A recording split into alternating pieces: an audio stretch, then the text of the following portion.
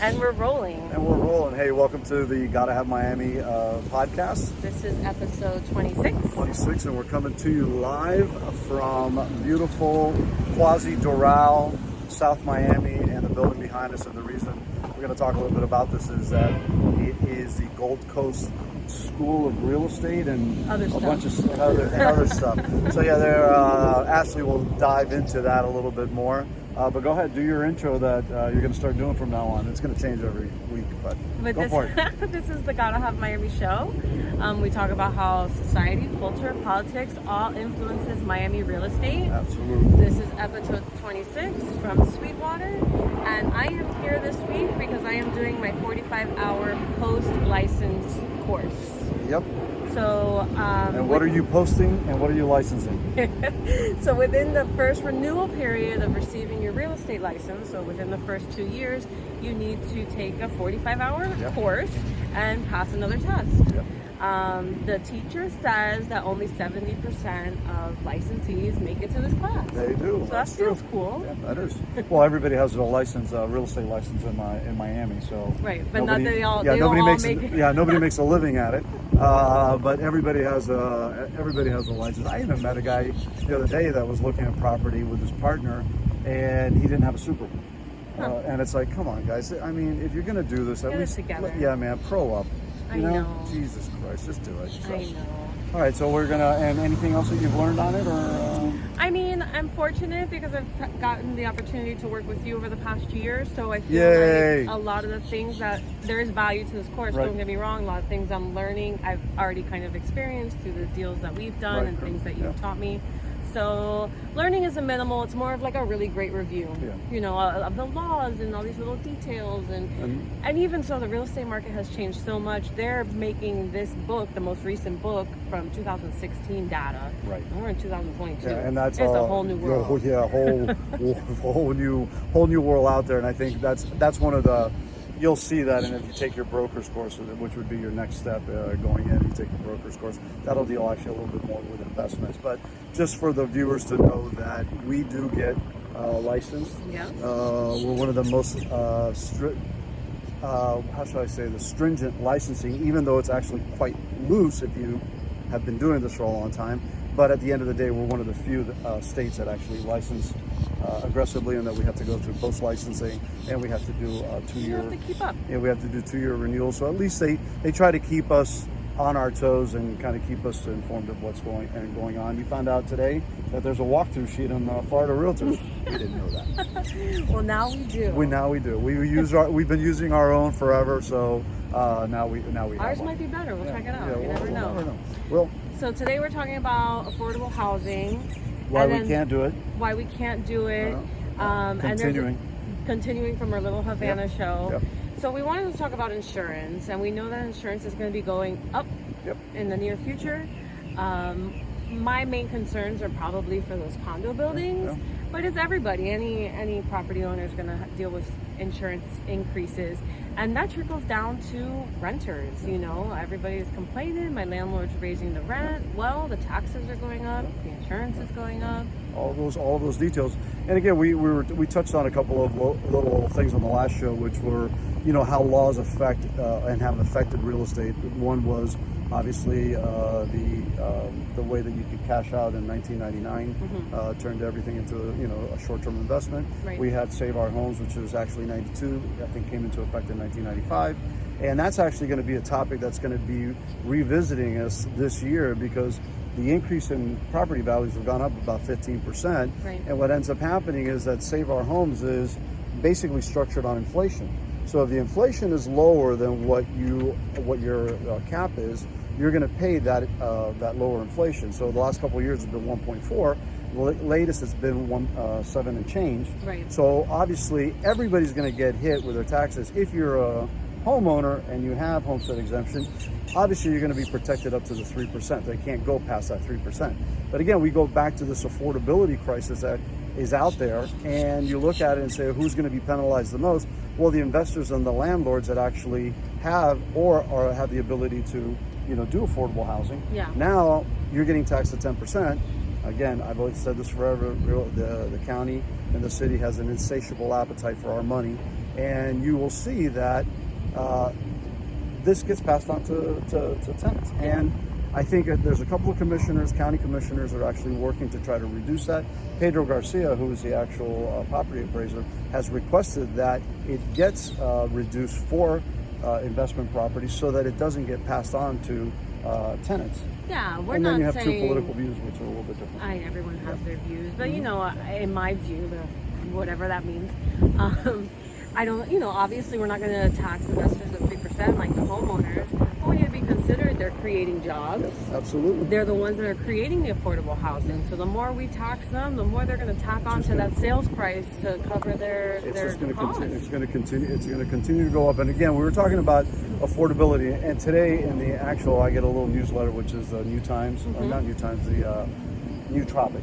And actually they had a comment there that something that we've been talking about for a long time is how Airbnb is affecting the affordable market, because it's taking properties off the market and off the rolls, and you're creating these little mini hotels, and even buildings that were being built as housing have now changed their model and turned it into an Airbnb model because it's more profitable for everyone. Right. And again, what I dislike, and one of the things that frustrates me about politics and the general comments, is all of these guys out there will take Airbnb's money, they will take the donations, they'll say all of these great things, but at the same time they're talking about affordable housing when this Airbnb model, this new model that is out there, is actually affecting affordable housing. Yeah. Yet they'll take their money for their all their campaigns and stuff like that, and they're talking out of two sides of their mouths. And this is all of these politicians that are out there. It goes from the county mayor all the way down to our city commission, and it's frustrating, especially if you do this, that we do it every day, every single day. We know what the difficulties are in getting housing in place in general. And when you hear things, it's like, oh man, wow, they don't get it, or they don't care. They don't care to get it. I think a lot of young investors and entrepreneurs have really adapted to the Airbnb model, and they are making great money. So I don't know if the right word is they don't care, but they're trying. They found a way to make their money, and they're going to push it. Right, but again, we go back to Airbnb, and we've talked about this before. Is that if it's the original model where you were homesteaded and you're in there and you're renting out one of your rooms, hey, that's great. I have no problem with that. But when you're actually buying properties, how many times do we have listings and you get the call, hey, or rental listings, and I'll get a call immediately, hey, will the owner sublet for an Airbnb? Right. And that's on, rental properties. We manage about 60 properties, and I get those calls. Every time any of those properties come on the market for rent, immediately get the call. Same thing with our building that we're listing on Ocean Drive. The only reason it hasn't sold is because there's no Airbnb, and you can't do any kind of short-term rental on it. So again, the more that we allow these platforms to operate without any kind of, and I'm not a regulations guy, without some kind of oversight, you basically are creating the same problem that you say you are trying to fix. Yeah. And then again, if you're not looking at long-term solutions for your affordability crisis, insurance is going to come down the pike. You mentioned it. It'll hit us in 2024, where all bets are off, especially for the big buildings. You have to insure these buildings. And I have a little tidbit for you. Oh, let's hear it. So the state of Florida insurance, so we have, last couple of years, we've had over 100,000 lawsuits. Ooh. Okay, insurance lawsuits against the state or in general. The next closest state, give me a number. What do you think the next closest state is? We're 100,000. We're 100,000, approximately 100,000 in lawsuits, insurance claims, just false stuff, whatever. Okay, so the next. Give me the next state. 45,000. 45,000. 900. 900. Not even 1,000. 900. Do they narrow down where all those lawsuits come from, or are they all from Miami? Well, most I'm sure are from Miami-Dade, where we can make anything happen. But again, this is the reasons why these numbers keep going up and going up and going up. And when you look at it, and this was something that came from an insurance guy that I know and trust, and he just said, he goes, Javi, there's no way. How can we lower premiums, lower things when they are being, they have 100,000 lawsuits that they are dealing with on a constant basis. Yeah, that's definitely a thing to keep in mind. Right, so, that's pretty drastic of a difference. So politicians, why don't you pass a little bit of insurance reform up in the state, get that straightened out, and then maybe say to yourselves, okay, how can we not affect it? We talked about, you wanted me to talk a little bit more about land and the value of land. Yes, which I think we stress that all the time, that land is limited in South Florida. So how come we're not, from an insurance perspective, valuing our land more? Right, and that's one of the, and again, I've mentioned this. So let's take Miami-Dade County, let's take Coconut Grove. I'm going to take Coconut Grove just as the prime example, even though it's all of Miami-Dade in general. So when you have a property, and you have a mortgage on that property, you basically have to get insurance, even though your land is worth more than your mortgage. So let's say your mortgage is $400,000, $500,000. Your land, I can guarantee, is worth more than that, especially in Coconut Grove. And you have to get a premium. Why? Why should you? Well, maybe you should get there should be different policies available to you that are more manageable, more receptive to maybe, to promote affordability. And that's not the case. So to break it down further, you have a mortgage for $400,000 in Coconut Grove, and your house burns down to the ground. Boom. There's nothing left but the land. Right. By the way, windstorm doesn't cover that. That's your other policy that covers it. So that's for another conversation.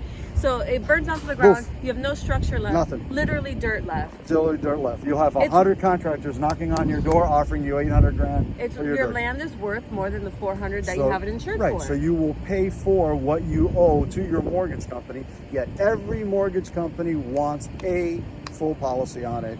They disregard what the land is valued at, and that is wrong. And I think the insurance industry should actually insurance reform. Yeah, insurance reform. State of Florida, guys, our land is the most valuable asset that we have.